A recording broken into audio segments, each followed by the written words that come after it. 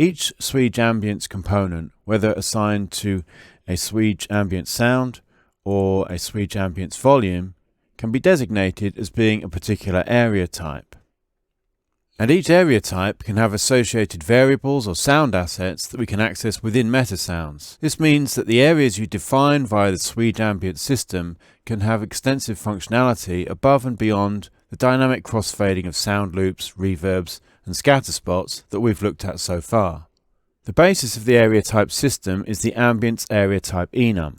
So to create one, it's Audio, SweejTech, Ambience, Ambience AreaType Enum.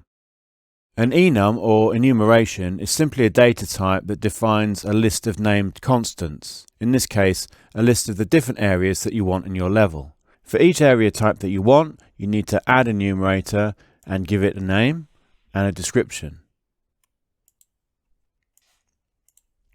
Since you'll receive the ID in the MetaSounds as an integer value, 0, 1, 2, 3, 4, etc., it's worth at this stage considering how you group and order them. So for example here, I know that any type ID number I get that is greater than or equal to 3 is in fact an indoor area.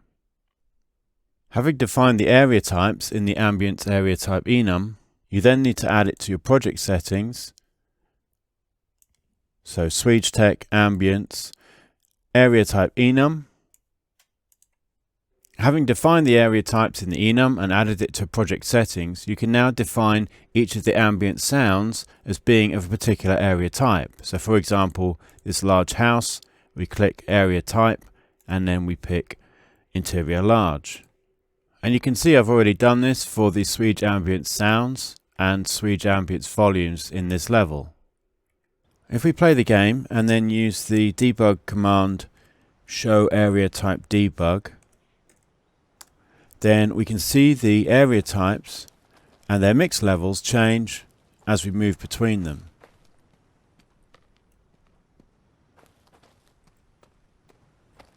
To enable smooth crossfading over distance between area types for different areas, both primary and secondary areas are defined. Whichever area type currently has the highest mix level is designated as primary and the other becomes secondary. As discussed in the concepts video, the mix values are a product of the priority, weight and resulting level relationship that underpins the Sweej Ambience system.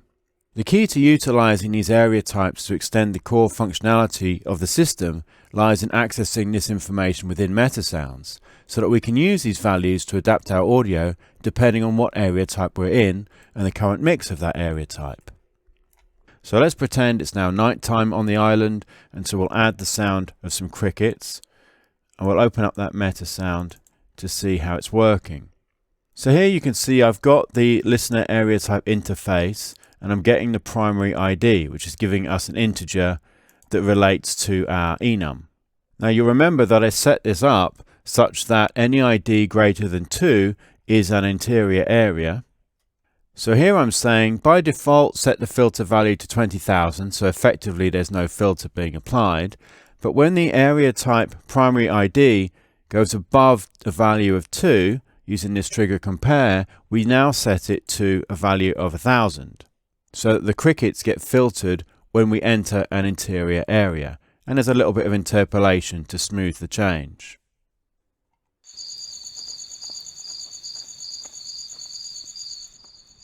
So here we go into the interior large, which is number 4, so that's greater than 2, so we heard that filtering be applied.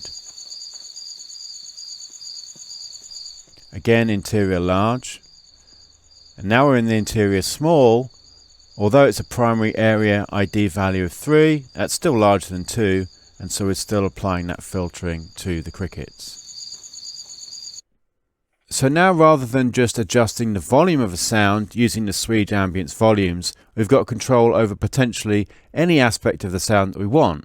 We could build lots of systems within our MetaSounds that use these variables of the primary and secondary area type IDs and their mix levels to adapt the sounds, but there's an additional asset available that will also help us to speed up this workflow, the Sweej Ambience AreaType presets. If we create a new one, Audio, SweejTech Ambience, Sweej Ambience AreaType preset.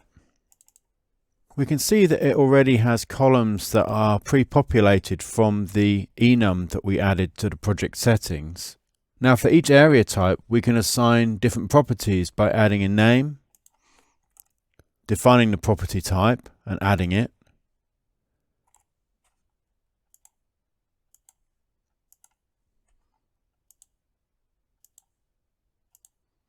and we can also have an array of sound waves associated with each area type. So over here we've got a little reflective rock area, and we might want to swap out the weapons reverb tails when we're in this particular location. This is the area type preset that's being used by the noise layer of the M16, and you can see that for each area type there are float variables for amplitude, pitch and delay that have a defined value for each area type. You can also see that each area type has an array of sound wave assets. Here in the MetaSound we can see that both the primary and secondary IDs are being used to read through those area type presets, along with the secondary mix level, which enables a smooth crossfade over distance between the sound waves associated with each area type. The area type for the global island is exterior field, and so if we look at the area type preset, it's these weapon tail layers that are associated with the exterior field. And the Sweej Ambience volume here has an area type of exterior urban, which references these sounds. So as we move through this attenuation distance of 900 units towards this volume, the secondary mix level will change, because this volume is of a higher priority than the global Sweej Ambience volume. So as that changes, we'll hear a smooth transition between those two sound wave arrays.